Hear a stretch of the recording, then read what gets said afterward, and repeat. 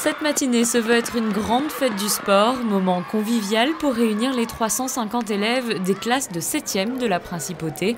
Au programme 50 mètres, 600 mètres, saut en longueur et en hauteur.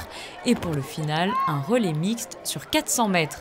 Une 28e édition qui s'est déroulée sous un grand ciel bleu et non sans émotion, car il s'agissait de la dernière pour ses instigatrices, Elisabeth Veuillet et Joëlle Bini, qui passent à présent le relais.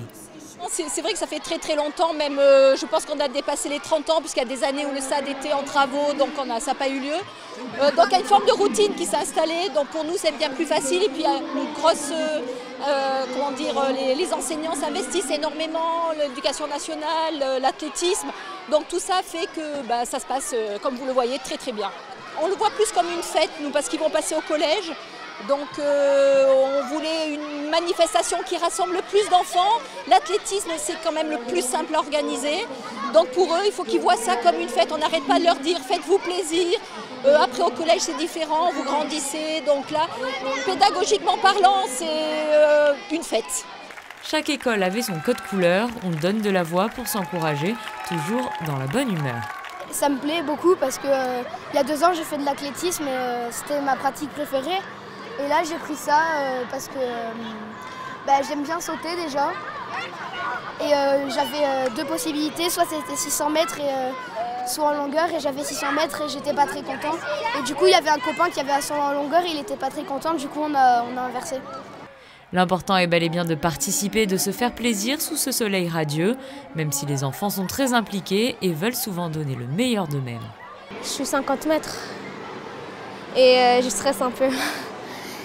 Je sais pas si je vais gagner ou pas. J'aime bien sauter et j'aime bien qu'il y a des niveaux plus hauts à faire. Et c'est difficile, non, comme épreuve? Un peu. Et vous le faites à l'école? En fait, ici, vous avez quoi? Des épreuves que vous avez quand même pu faire tout au long de l'année? Comment ça se passe? On a plusieurs cycles. Par exemple, on a le cycle gym, boule. Et là, on avait le cycle athlétisme. Et on s'est entraîné en saut en hauteur. Et d'autres en relais et en saut en longueur. Alors moi, j'avais choisi en première option 600 mètres et saut en hauteur, mais je suis en saut en longueur. C'est parce qu'en fait, il fait tes performances et il faut qu'il y ait au moins un garçon de chaque classe qui a une épreuve. Et donc moi, comme il n'y avait personne qui avait fait saut en longueur et j'avais fait la meilleure performance, on m'a mis saut en longueur. Là, je fais l'épreuve du saut en longueur. Et en fait, il faut courir, puis après il faut prendre un appui et il faut sauter le plus loin possible dans le stade.